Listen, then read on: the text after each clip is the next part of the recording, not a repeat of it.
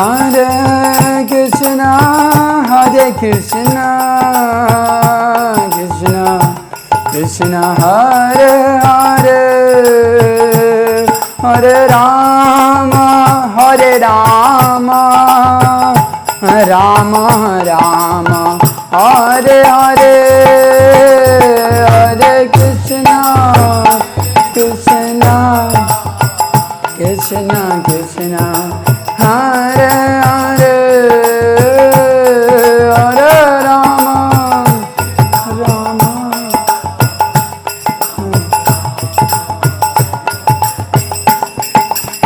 Hare Krishna, Hare Krishna, Krishna Krishna, Hare Hare, Hare Rama, Hare Rama, Rama Rama, Hare Hare, Hare.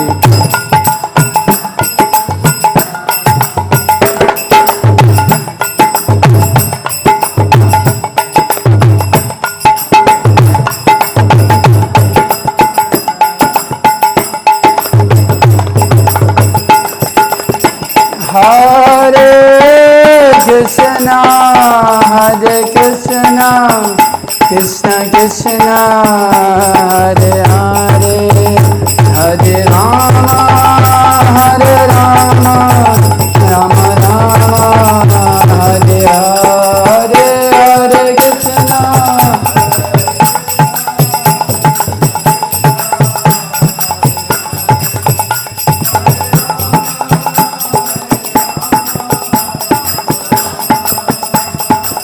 Hare Krishna, Hare Krishna, Krishna Krishna, Hare Hare, Hare Rama, Hare Rama, Rama Rama, Hare Hare.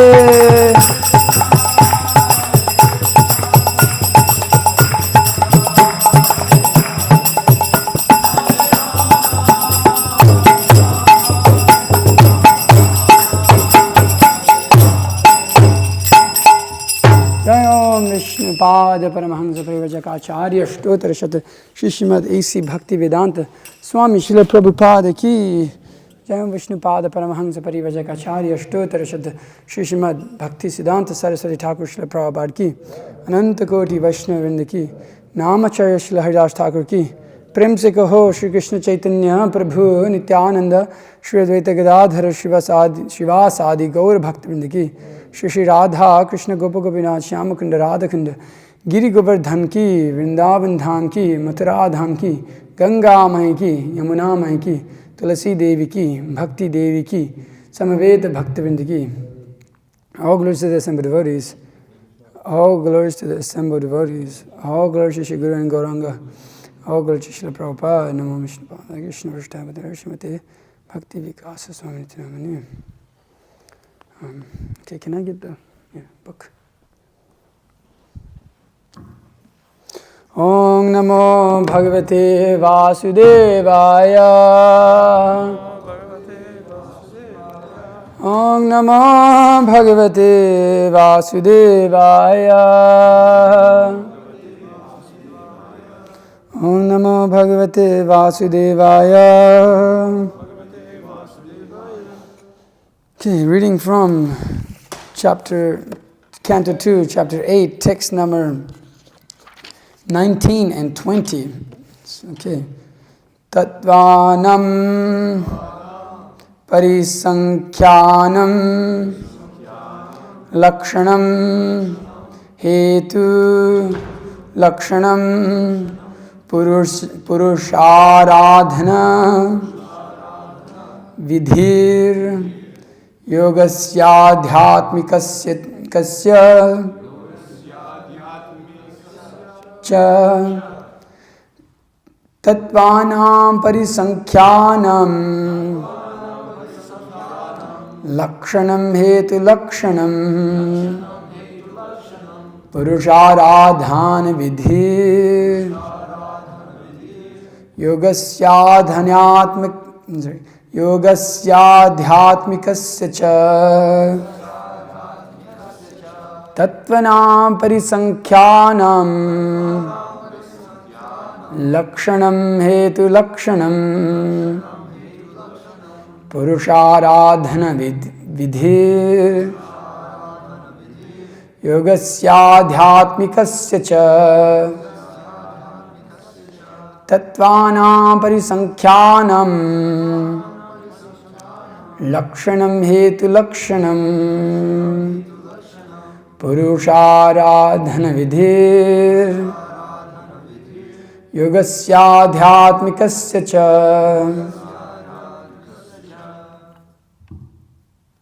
Please repeat.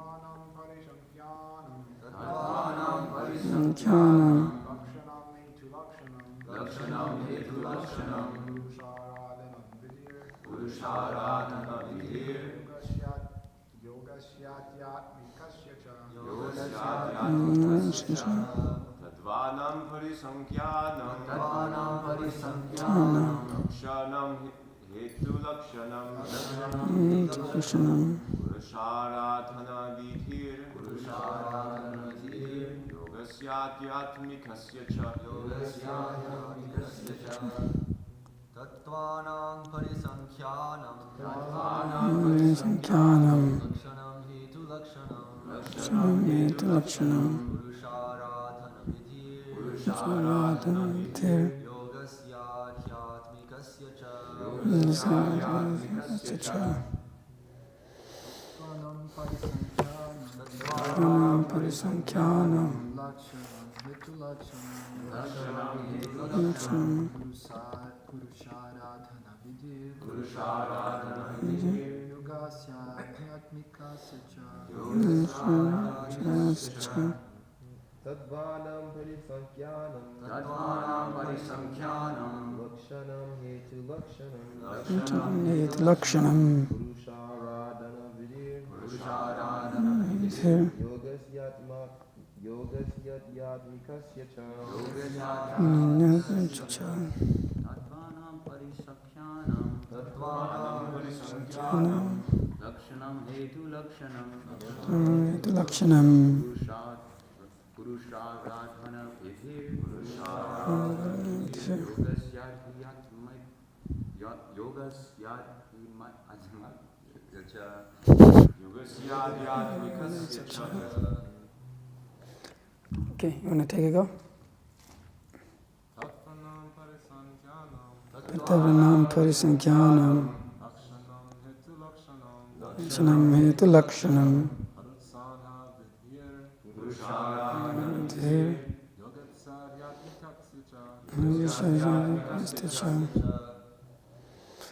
Mataji's? Tatvanam parisankyanam lakshanam hetu lakshanam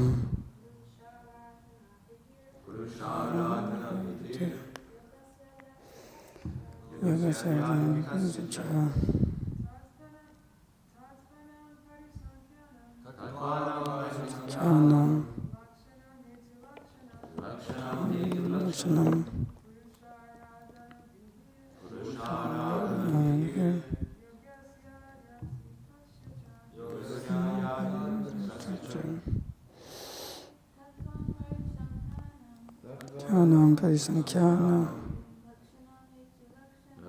lakshanam hetu lakshanam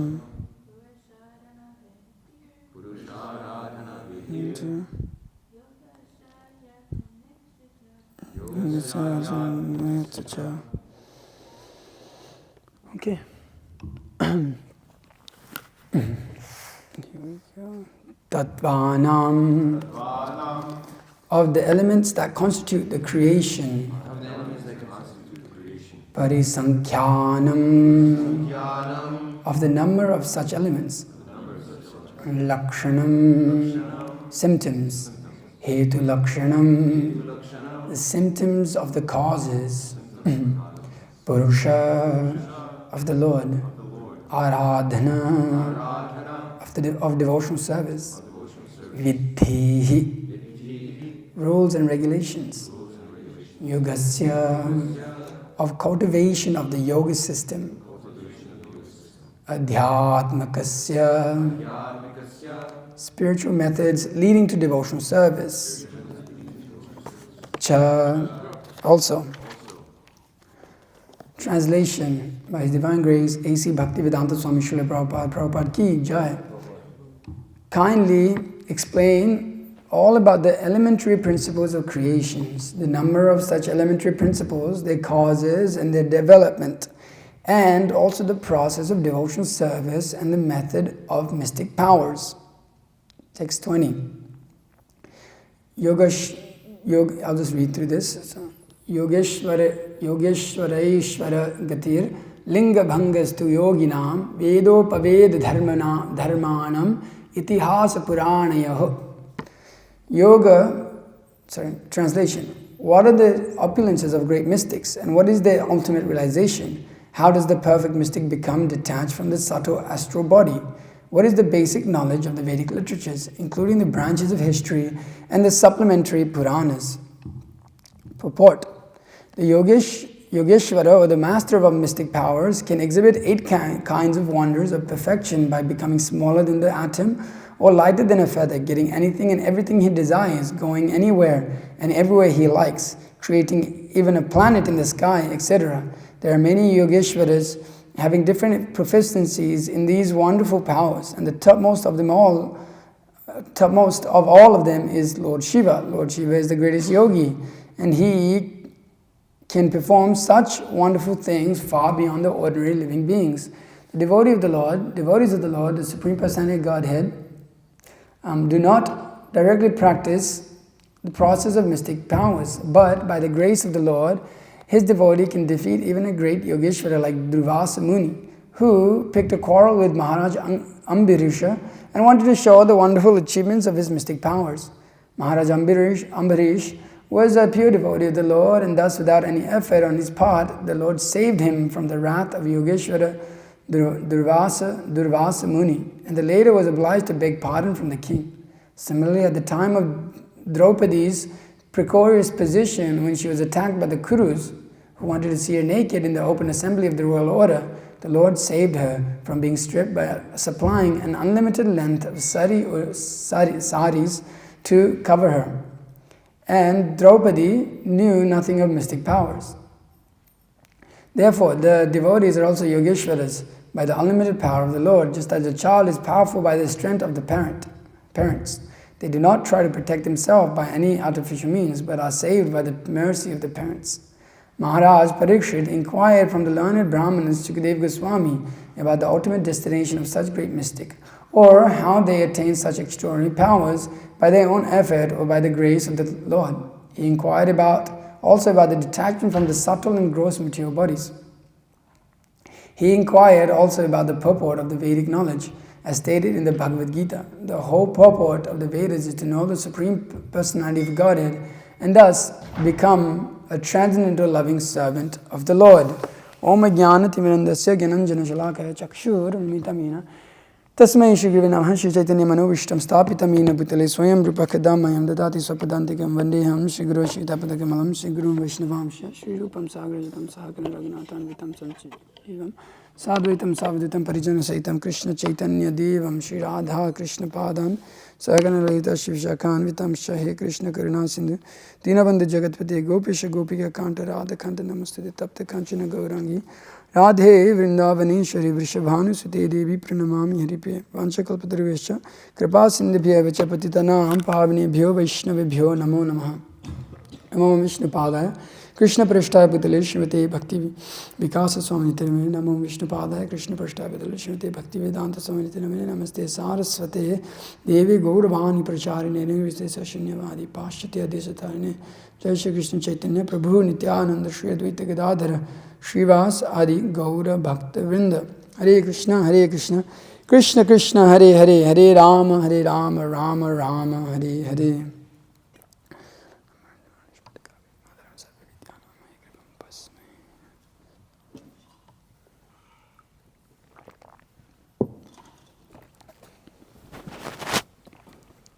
So, continuing on with the questions from Maharaj Parikshit about on the subject of practically, well, he inquires more or less everything that is to know, the three modes of material nature, the creation, here are the different types of yogis that are there, liberation.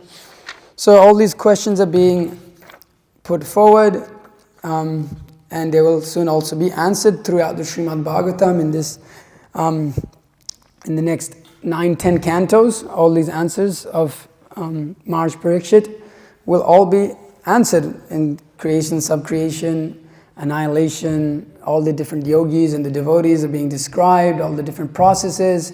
As we progress through the Srimad Bhagavatam, we meet different mystics and yogis and jnanis. And so here, Maharaj Parikshit is putting forward all these questions here, specifically the principles of creation, and then also the process of devotional service and the method of mystic powers. And then Prabhupada comments on this specifically, great mystics. The opulences of great mystics, what the opulence of great mystics are. Why do they even endeavor for such opulences, and how is it that they've even decided to go down this path when Krishna, for us at least, when we read Bhagavad Gita and we read Srimad Bhagavatam, it seems very clear that it's foolish to go down the path of mystics, of trying to acquire mystic siddhis. It doesn't make any sense. As Krishna says, such people are less intelligent. Because in order to acquire mystic siddhis, one requires to worship the demigods, as we saw Hiranyakashipu. He performed his austerities, and then, well, they require a boon from the demigods at least. They may perform austerities in order to get a boon from the demigods. So ultimately they're in meditation of acquiring these things through their austerities. So these great mystics, this in the Bhagavad Gita, Krishna mentions that such people are less intelligent, they're misguided, their knowledge is being stolen by illusion, because they are endeavoring for that which is, again, on the material platform, although they're doing it in terms of the Vedas. So let me see if I can pull up some things here. So here Prabhupada starts this whole purport, is that the Yogeshwara, or the master of mystic powers, can exhibit 8 kinds of wonders of perfection by becoming smaller than an atom or lighter than a feather, getting anything and everything he desires, going anywhere and everywhere he likes, creating even a planet. So there are many Yogeshwaras having different potencies in these wonderful powers, and the topmost of them all is Lord Shiva. So Prabhupada describes here. So Prabhupada describes here the different siddhis that one acquires by his austerities in his meditation. This is often done by the Ashtanga yogis. You'll see in the Bhagavad Gita. Mataji, you can lean off the Guru Maharaj. If you hear some of his lectures in the past, any devotee that leans against the wall, especially in the classes, he said, please don't do so. It is Anantashesh. We should not lean. So, thank you. So here in the Bhagavad Gita, the Ashtanga yogi, one who performs austerities, meditation, he undergoes these in order to attain some level of siddhis. He attains, like such, as Prabhupada is describing here, becoming smaller than the atom, lighter than a feather, getting anything and everything he desires. He can perform all these siddhis, all these activities.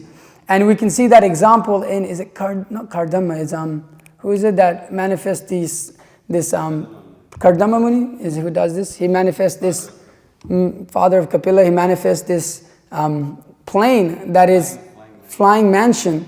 It's like a whole planet in itself almost. It's like a spaceship that has like everything you need in it. It's got all the, as Prabhupada is stating here, all the desires that he has can be fulfilled by those mystic siddhis. But this mystic siddhi, often it's the objective of such mystical, of such people, to go through all this process, this very difficult process and acquire them. But this is, and at least in the Srimad Bhagavatam and the Bhagavad Gita, we define this as useless, because ultimately, again, it's on the platform of material desire. It doesn't have any ultimate use to one's real self-interest. This is, as the Srimad Bhagavatam says, one's life should be directed in such a way that it is completely used for self-realization. All of one's life's desire should be directed towards self-realization. Whereas a mystic yogi or a mystic siddhi, they are bewildered by the statements of the Vedas. As this verse comes, let me see my phone's, I'm going to get my notes out. The dharmantu sakshat bhagavat parinitam na vai vidhur ashiyo napi deva na siddhi mukhayas asura manushayah kuto nuvidyadhara charana diddayah. Real religious principles are enacted by the Supreme Personality of Godhead. Although fully situated in the mode of goodness, even the greatest rishis who occupy the topmost planets cannot ascertain the real religious principles, nor can the demigod, nor can the leaders of Siddha Lokas, to say nothing of the asuras, ordinary human beings, vidyadharas and charanas. So, such people, they follow religious principles. It's not that the yogis and the mystic siddhis, they don't follow anything, but they are bewildered by the statements of the Vedas. They do not understand ultimately what is the goal of one's austerities. They perform austerities, but that austerity is simply for the satisfaction of one's material desire. And so the mystic yogis, they are greatly bewildered by this, by the Vedas. Although the Veda itself is meant to elevate one to the platform of spiritual existence, it also can bind one if one is not careful in understanding it as it is. So this, as this verse comes, this with the Veda Vadaratah Partha. Men of small knowledge are very much attached to flowery words of the Vedas, which recommend various fruitive activities for elevation to heavenly planets, resultant good birth, power, and so forth. Being desire of sense gratification and opulent life, they say that there is nothing more than this. So you'll meet those who are yogis just like this Sadguru, some sort of yogi, he has some level of practice, some level of something is there, but he is completely bewildered. He says there's nothing more than, he says, actually Krishna is not real. How can you trust Krishna if you can't trust your own neighbor? He's such a rascal. But his desires of, mystic siddhis, of good power, good birth, of saving the world, save soil, that's his new slogan and his new project. So such people, they try to do what's called good work in this society, philanthropy. They're mixed with karma yoga. You see a lot of these yogis who they mixed with karma yoga and a little bit of jnana, and they mix everything. But ultimately, everything is, there is nothing more than trying to enjoy life, being happy in this world. If you listen to some of these talks by this guru, which I don't recommend, if you've ever heard it though, it's often on the platform of just sense gratification. How to be happy in this world. Then there's nothing more than this. Just live your life, be happy, that's all. Be a nice person. There's nothing more than this for them. Be pious, do good karma, and you'll go to the heavenly planets, you'll get a good birth in your next life, you'll have pious credit, and that is the ultimate goal of life. Karma kanda. And if you want some level of happiness, you want some Brahma Sukha, you want some higher happiness, then you can perform meditation. Then you can do this inner engineering, where you meditate a little bit more and have a little bit more knowledge, try to get a little bit more knowledge. But because they are men of small knowledge, what does small knowledge mean? Small knowledge means one ultimately centers everything around his own sense gratification. He centers everything around his body, his relationship with his family, his country, his community, this earth. So this is men of small knowledge. That they have no real understanding, or that desire within their heart has not awakened to go beyond the workings of this material world, beyond material desire, beyond just birth, death, old age and disease, beyond just good karma. That has not awakened in them. Why? Because they're very much attached to sense gratification, being desire of sense gratification, as Prahlad Maharaj quotes and we quote so many times, that for one who has decided to continue his material existence, no one can do anything for him. No, not any sort of association, not any sort of advice. Nobody can help him. For one who has become determined on the path of trying to enjoy material life. So these great mystic siddhis, they acquire all these siddhis. As Prabhupada would often joke with them, yeah, you can do this, but now there's planes that can fly. You can get a great mystic siddhi and fly, but now planes fly. Why go through so much austerity? Okay, you can make, yogis can make apples appear and disappear. What was that yogi that came and did some sort of... Prabhupada, Prabhupada was with a friend in Bengal, and he was saying that, this is great yogi now. In Bengal there's always like the new upcoming avatars. So now he's a great yogi, he can produce an apple from the back. Right. Prabhupada said, that's amazing, but I went in Chandan and Tompkins Square Park, and then so many boys and girls came, and we opened so many centers, and all these centers, they had so many apples. Yeah.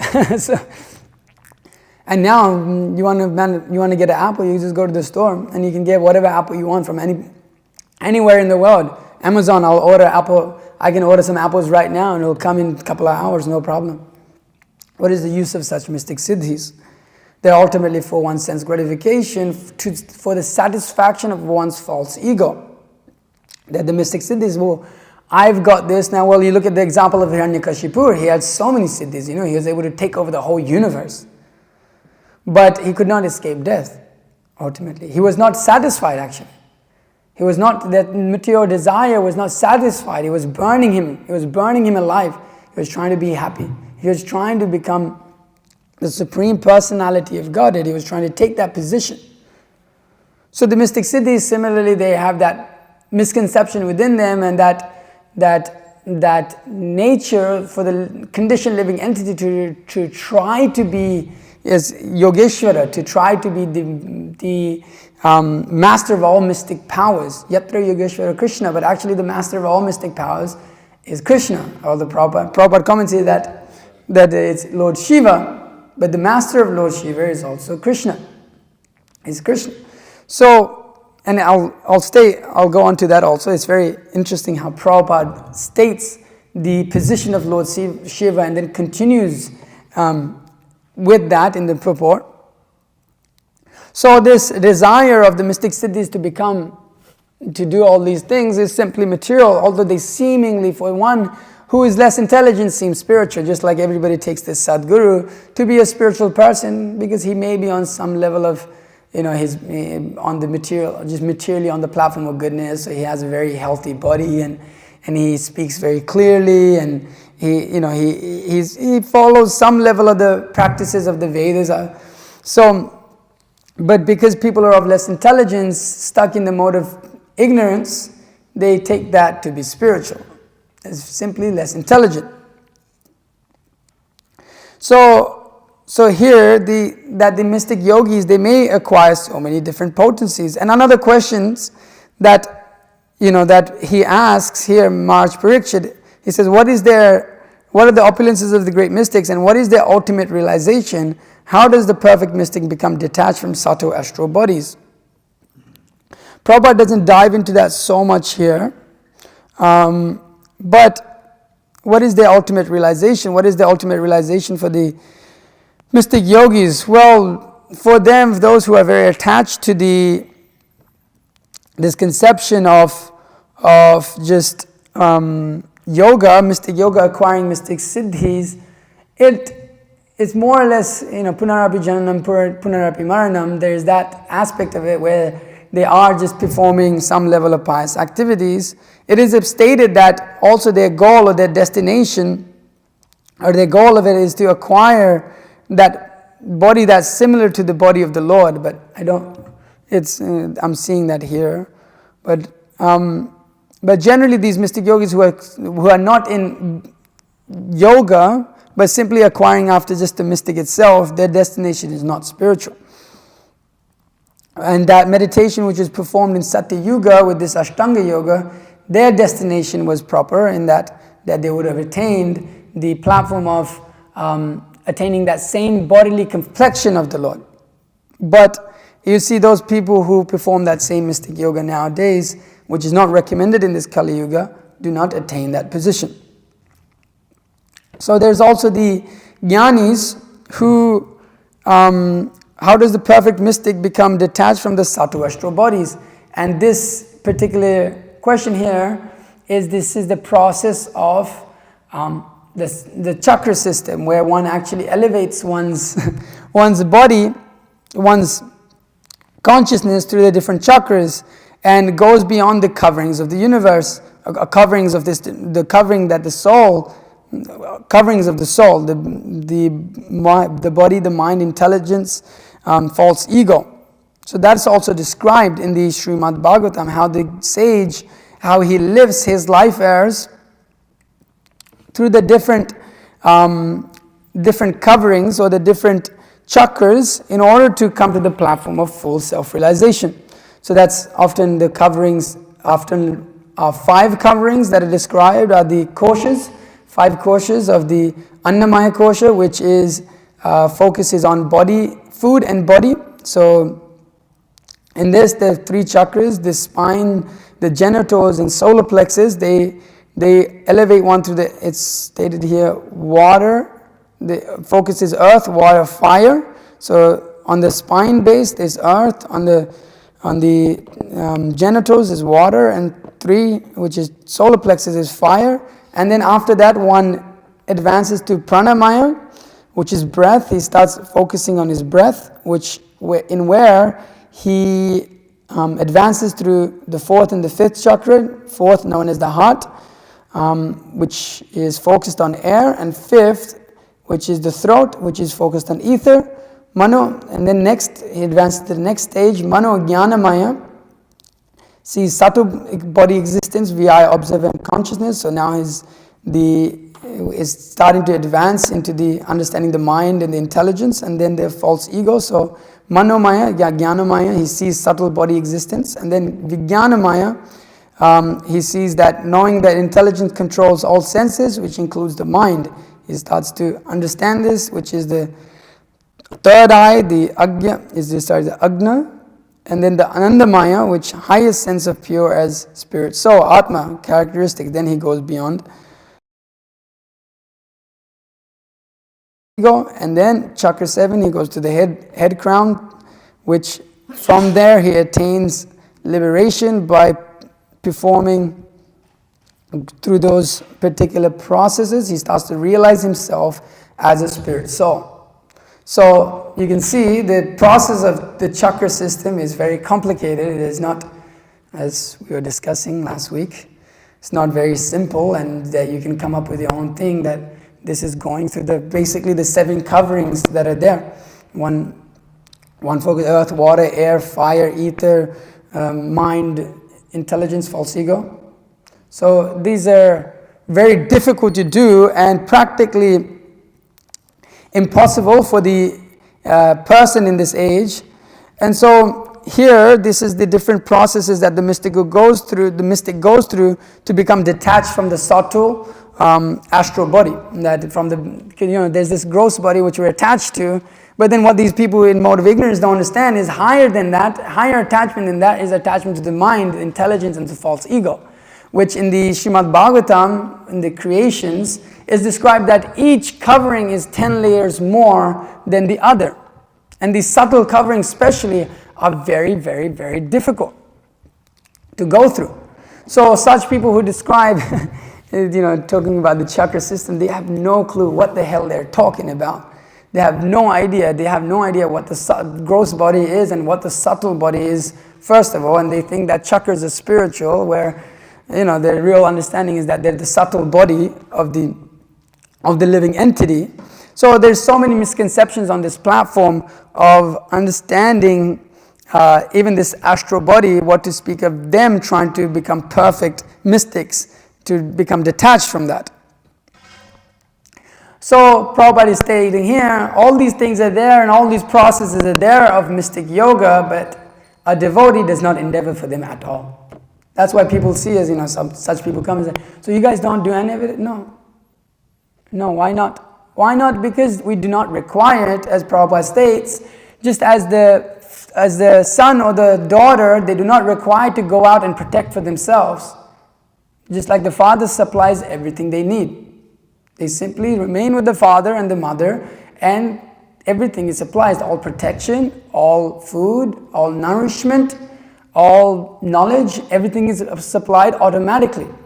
Why? Because they understand, oh yes, my father is there. They are in knowledge of that. Whereas one who is not in knowledge, if he is a child and he is not in knowledge of who his father is and who his mother is, then there is no supply.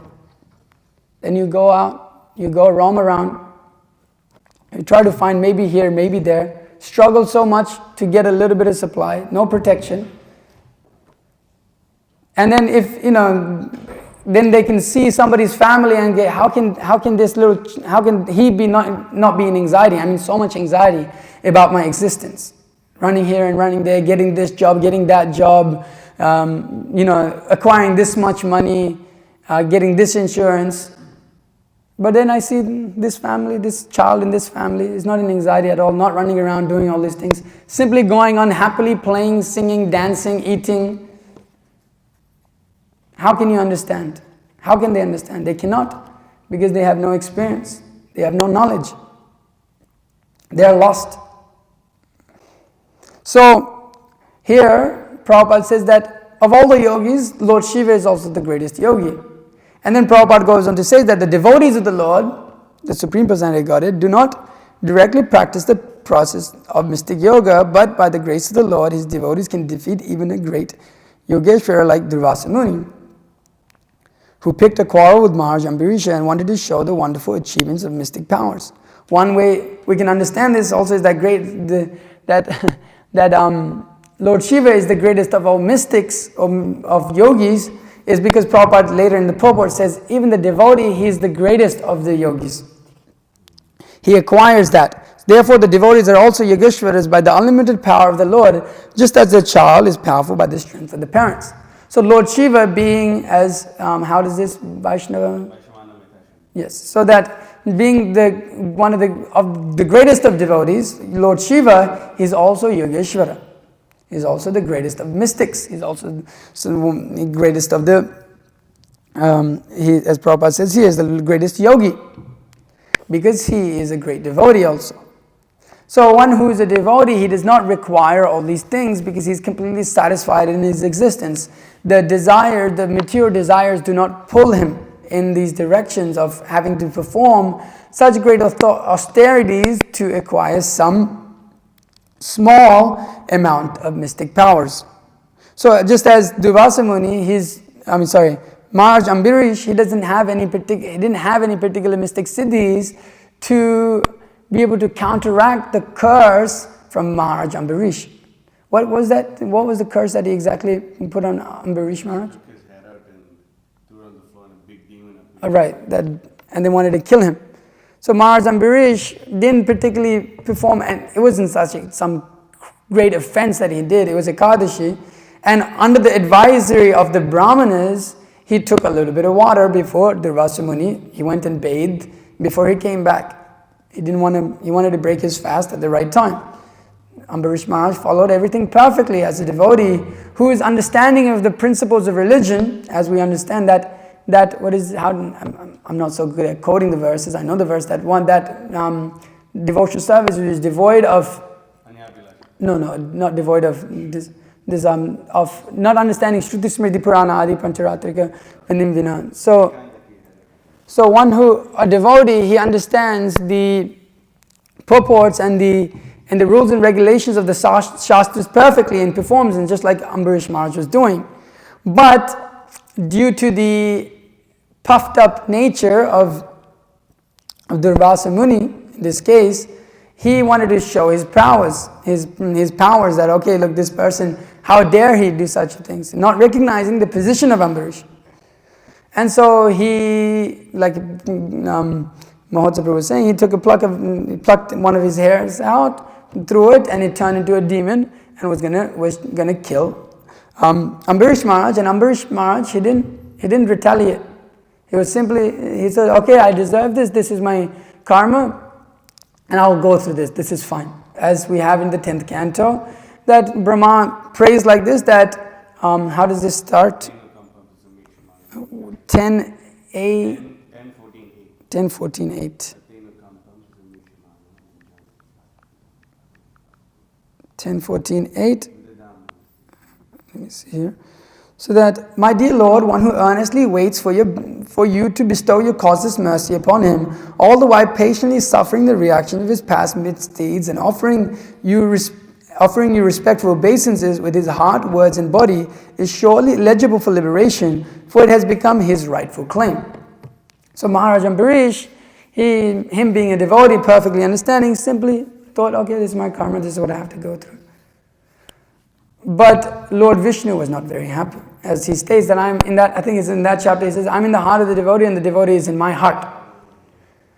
So the Sudarshan Chakra starts chasing Durvasa Muni all over, everywhere that he goes. Durvasa Muni, being very fearful, goes to all these demigods and approaches even Lord Shiva and Lord Brahma, and they cannot help him, and even approaches Lord Vishnu. And even Lord Vishnu cannot help him. He says, I can't help you. You have to go and ask for forgiveness from Durvasa Muni. So Ambarish Maharaj. Durvasa Muni, you have to go to Ambarish and ask him for forgiveness. Nobody else can help you in this whole existence, material or spiritual. So this is the power of a devotee. Even the Supreme Personality of Godhead will not step in to the desires. When a pure devotee has desires that he wants to fulfill, the Supreme Personality of Godhead will fulfill those desires for the devotee, or protect him like the way that he's protecting, but will never allow anyone else to divert those desires, or even he himself will not stop particular situations because of his love for the devotee. If the devotee wants to do something, and the devotee is a pure devotee, then that pure devotee can practically achieve whatever he wants to achieve. So here we see that even Durvasa Muni, who was of great power, he had great mystic powers, could not even touch a devotee. He became put in such a difficult situation by his false ego that he acquired from having these mystic siddhis and such. And the only way that he was able to relieve himself from his misery was to ask for forgiveness from someone like Maharaj Ambarish, who has no such things. So the devotees, they become Yogeshwaras. They also acquire they practically, although they don't have it, they have their right to it. Just like here, Prabhupada is describing Draupadi. Draupadi was, Krishna supplied unlimited saris when they were disrobing her, when the royal order is said here that being stripped, as at the time of Draupadi's precarious situation when she was attacked by the Kurus who wanted to see her naked in the open assembly of the royal order, the Lord saved her from being stripped by supplying an unlimited length of sari to cover her. So Draupadi, she practically had the ability to, when she was surrendered to Krishna, when she called out the name of Krishna, she had unlimited saris. This is like a mystic siddhi. No matter how much you pull, you always get more. So a devotee, he acquires such mystic siddhis, just like Prahlad Maharaj, when he was thrown off a cliff, when he was dunked in hot oil, when he was tortured in so many ways, it did not affect him. Or just like Haridas Thakur, when he was beat in so many marketplaces, that he simply, after they threw him in the Ganga, he got up and he left. They threw him in the Ganga, and then he continued on with his life like nothing happened. So the Lord protects the devotees, and the devotees, when it is required, not out of their material desire, out of the desire of the Lord to protect them, Rakshana, this is the Guru Maharaj gave the lecture here, of that how the Lord is anxious to protect the devotee. That's another name of Vishnu. Rakshana is the protector, and then there's another one. Huh? Santa. Santa. So one who extends himself, is that? Yeah. To protect the devotees. As Guru Maharaj often speaks with Gajendra, so beautiful. This section of the Vishnu Sahasranam where this Gajendra is coming up and up again and again and again.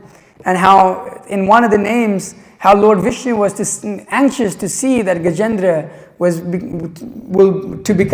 anxious to have Gajendra free from the difficult situation that he was in. That Lord Vishnu felt great relief after relieving Gajendra from his difficult situation. So the Lord is just like a parent, as Prabhupada is describing here. He wants to see, he's very vigilant in seeing his devotees protected, in seeing his devotees happy, in seeing that the devotees' desires are completely fulfilled, as we recite. That, I recite it every day now, I forget. When I'm up here, I always forget.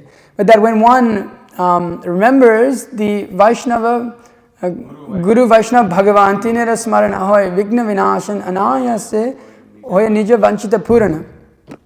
That when one starts to think of the Lord, just by thinking of the Vaishnavas, of the Lord and one's Guru, he overcomes all obstacles. And his real desire becomes fulfilled. His real desires, everything makes way for his desire to become fulfilled. So the mystic siddhis, they want to fulfill their material desires, and they have to undergo so much austerity, but the devotee, by his power of just being able to remember the Supreme Personality of Godhead, can fulfill all his desires. This is the strength of the devotee. This is the supreme yogic nature of a devotee. He doesn't have to go through these thousands and thousands of years of meditation. Just by thinking of the Lord, just by meditating of the Lord, just by meditating upon Lord Chaitanya, all difficult things become easy. So the devotee, he has no need for mystic siddhis. He has no need. It's like whatever need is there, Krishna just provides for him. So a devotee does not endeavor for such things. He simply worships the Supreme Personality of Godhead, who is the source of all things, who is the Yatra Yogeshwara Krishna, who is the topmost yogi, who is the supreme mystic, Krishna the great mystic, is the language Prabhupada uses. He can make anything happen. It's a good meditation on book distribution. At least anytime I go out on books, that's my meditation. Yatra Yogeshwara Krishna, that Krishna is the greatest mystic, and he can make anything happen. And so whether it's a couple hours left or whether there's so many hours left in the day, Krishna can help distribute 100 Bhagavatams, Krishna can help you distribute 100 Bhakti stacks in the next hour if he likes. So we can meditate upon Krishna like that. And so the devotees, they become supremely powerful by their dedication and their surrender unto the Supreme Personality of Godhead. And because they understand, they're in knowledge that the protection of the Lord is there, and that the mercy of the parents is the parent supplies the child whatever is required. So the Lord is supplying everything that is required. So just like in the next paragraph here, Maharaj Parikshit inquired about the learned Brahmanas, Sukadev Goswami about the ultimate destination of such great mystics, or how they attain such extraordinary powers by their own effort or by the grace of the Lord. He inquired about their detachment from the subtle and gross bodies. He inquired about the purport of the Vedic knowledge. And as stated in the Bhagavad Gita, the whole purport of all Vedic knowledge is to know the Supreme Personality of Godhead and thus become a transcendental loving servant of the Lord. So Maharaj Parikshit, for the benefit of all human society, is inquiring what is the basic knowledge of all of the Vedic literatures, including the branches of history and the supplementary of the Puranas. And this is 1515, this is the purport that I am the goal of all the Vedas. How does that? So, Matir Smitir Jnanam Aponam Cha Sarva aham eva Vedavit eva cha aham. Go to the translation. So I am seated in everyone's heart, and from me comes remembrance, knowledge, and forgetfulness. By all the Vedas, I am to be known. I am the compiler of Vedanta, and I am the knower of the Vedas. So it is not karma kanda, it is not mystic siddhi, it is not just jnana, the process of neti, and attaining the Brahman and all this nonsense, but it is simply this, to attain a knowledge of Krishna, to understand oneself to be the transcendental loving servant of the Lord. Simply, this is all that is required. It's very simple. But the impersonalists and the mystic yogis, they are attached to the process, the difficult process. A lot of people in this world is like, I just attach to difficult things, when things could be very simple and easy. Just like everybody in this world could live a very simple life, living on a farm, very simple, not having to work like a dog and a hog and do all of these things, but they want to make their life difficult for a little bit of sense gratification. So the yogis and the jnanis the same. For a little bit of sense gratification, they want to undergo so much austerities, but that little bit of happiness, Rupa Goswami describes to be that of a calf's hoof print. The water that's, how does he say that? The water that's in the footprint of a calf. It's very small, if you ever seen it. Whereas the devotional service, Bhakti Rasamrita Sindhu, it's an ocean. It's an ocean of rasa, ocean of transcendental bliss, this bhakti. So these processes, these yogic processes, the process of jnana, all these things are there in the Vedas, but ultimately Bhakti Yoga is the yogi nam api sarvesham. The greatest yogi is of one who always abides in me, one who always thinks of me. And so that is the ultimate basic knowledge of the Vedic literatures. That is the ultimate goal of Vedanta. The Vedanta in itself is the end of our knowledge, is to know Krishna as the Supreme Personality of Godhead, and that is all that's required. We don't have to know anything more. That is what is called all knowledge. All knowledge does not mean we know every little piece of information of everything within this world. That is not all knowledge. All knowledge means to know oneself, to know one's relationship with Krishna. So people may criticize, oh, you're just performing bhakti, but what do you know about the process of jnana? What do you know about the process of yoga? All of this, it's okay, we don't know, but we've got the goal. The process and the goal are the same in bhakti yoga. You're trying to attain some level of happiness, but actually in bhakti yoga, it's already there.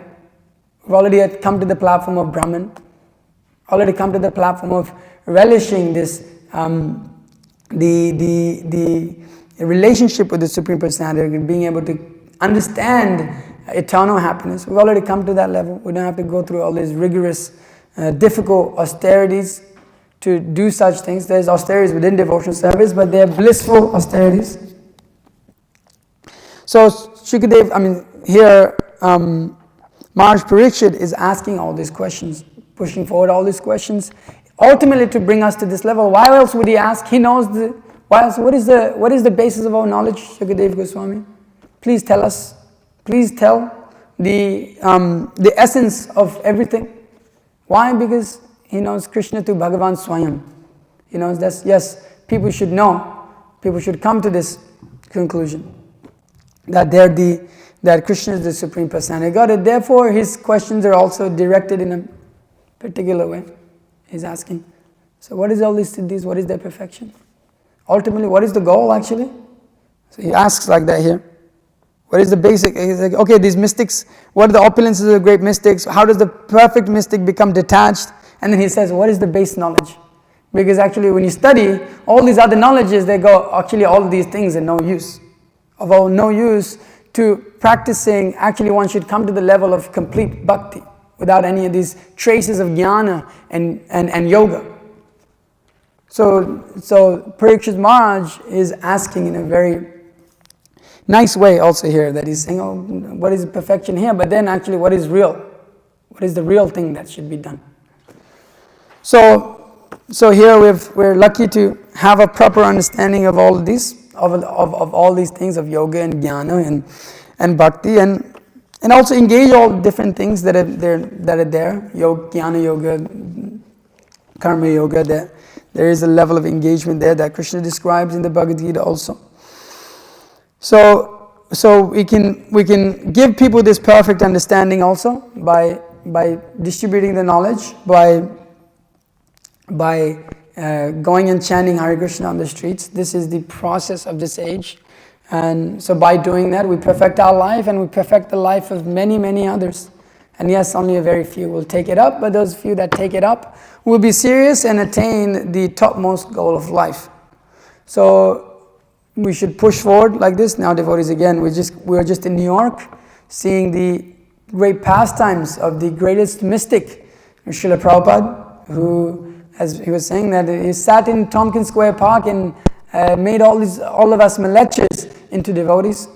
And we went to Tompkins Square Park, we went to 2nd Avenue. He was able to turn all these hippies into happies, as he would say. So he's the greatest of all mystics. All these mystics all these yogis can only do a few tricks here and there.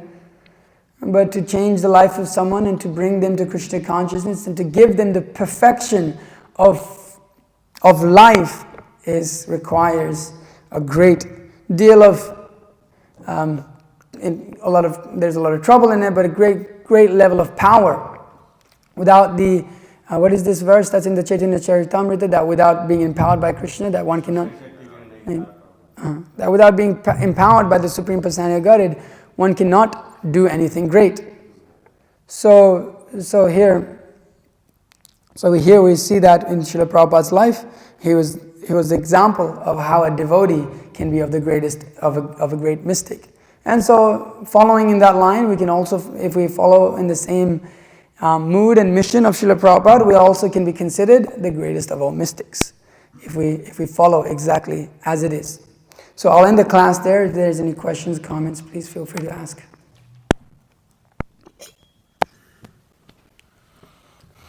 This Haridas Thakur, when he was beaten he was beaten in so many marketplaces, but nothing happened to him at all. Actually, 27 marketplaces or something, he was beaten, and the guards begged him, please, can you die? Yeah.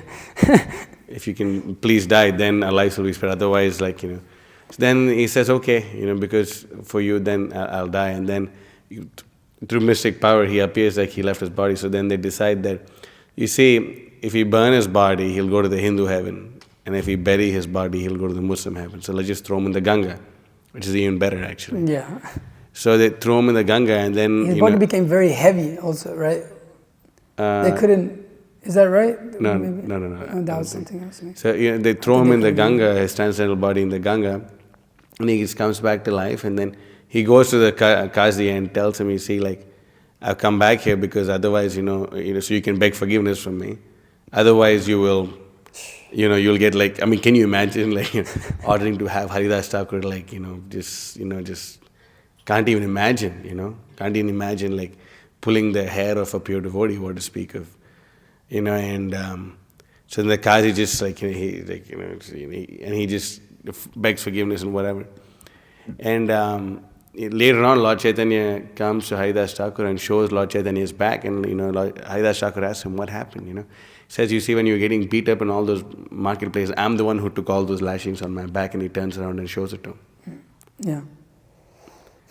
So literally, this whole thing, and everything of Srila Prabhupada, I was thinking about this a lot. Every purport of Srila Prabhupada, they just say, who's a Sharanagati, completely depending upon Krishna. And it's this whole thing is Ananya Shantayanto Mamyajanav Paripasati Tesham Nityapyuktanam Yogashim Vahamyam. By constantly meditating upon the transcendental form of the Supreme Lord, all Krishna preserves what you have and carries what you lack. And every purport of Srila Prabhupada is just it's just screaming that, it's just every aspect of Sharanagati is in this purport. Yeah. And every purport of Srila Prabhupada, speaks about that principle of Sharanagati, which is what Lord Chaitanya came to teach us. That's what I was thinking about that. Yeah. Anything else? And actually, this Krishna Shakti Vinay Tar Prabhu, there's a few times it's quoted in the Chaitanya Charitamrita. One that I know is Kali Kale Dharma Krishna Nam Sankirtan Krishna Shakti Vinay Tar Prabhu. That's how it starts, right? That's how it starts. Yeah, Kali Kale Dharma Krishna Nam Sankirtan. You know, like in order to propagate the chanting, you know, you have to get Krishna Shakti. You know, this Dharma Krishna Nam Sankirtan. You know, where do you get the Shakti from? Nam Sankirtan. You know, you have to perform. It's so important to come together and chant the holy names of Krishna, inside and outside, to chant on your beads. You know, it's so important. That's why even if you see in the mission of the Gaudiya Math, the logo itself, in the middle of it all is the holy name of Krishna. You know, so it's very important. You get all the Krishna Shakti from the holy name. Thank you. It's an important point. Janardhan Krishna Prabhu. Hare Krishna. We see people who try to practice these mystic cities, and even people who claim to be like incarnations of God. And we see time and time again people aren't being fulfilled by following this process, and different bogus incarnations of God are still like retiring and like dying and suffering, yet people still get bewildered by all these people, and people still try to follow this process of mystic yoga, even though they see that people that try to follow it constantly don't attain happiness and don't attain perfection. So why is it that people still constantly get bewildered by things like this? It's a material desire, sense gratification. It's like you ask. It's like we talk about, like, this material society makes no sense. Why is it that people still keep going to work? Like you're telling me that you work 12-hour shifts when you're a nurse, when you're practicing. At least you would go there and you go from 7 p.m. What is it? 7 p.m. to 7 a.m. It's like, why would anyone want to live like that? And it's ridiculous. You have to stay up all night, and then you got to sleep all day, and then go back to work again. It's like terrible. So like you ask the same thing to these people. These people is like, you know, why are you doing it? Well, there's no real like answer to it. And so although they don't see happiness, they continue doing it. Why? Because they're illusioned. They're so they want to fulfill their desire, material desire, so bad that everything becomes like, you know, just you lose Krishna describes this process of how one loses himself. You know, that through it becomes illusioned, and so he's so focused on trying to enjoy that one completely forgets how his life is actually not good at all. It's terrible. It doesn't make any sense how he lives. So sense gratification, the desire to fulfill one's material desire makes one really foolish. So people are foolish for that reason. When one starts to understand, hang on, sense gratification is not, you know, what is going to make me happy, then they start to think a little bit. So they're pulled by lust. Krishna says in the Bhagavad Gita, you know, lust, it consumes all, is the eternal enemy of the living entity. It's like fire. So that's why they're so sucked up by lust, and everything becomes like, you know, even you see within the society, if somebody wants to enjoy, then they'll do whatever it takes to get it. Especially those people who are just like very hell-bent on getting that. They don't care about what they do. They'll kill their families, they'll kill their friends, they'll do anything and everything required for it. Different degrees of it, but that's lust. Yeah. Thank you. Anything else? Yes, Prabhu.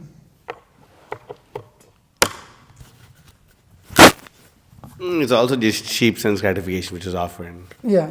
It's so cheap. Oh, you mean the God. All this bogus and kind. It's just cheap stuff. I mean, you know, just what?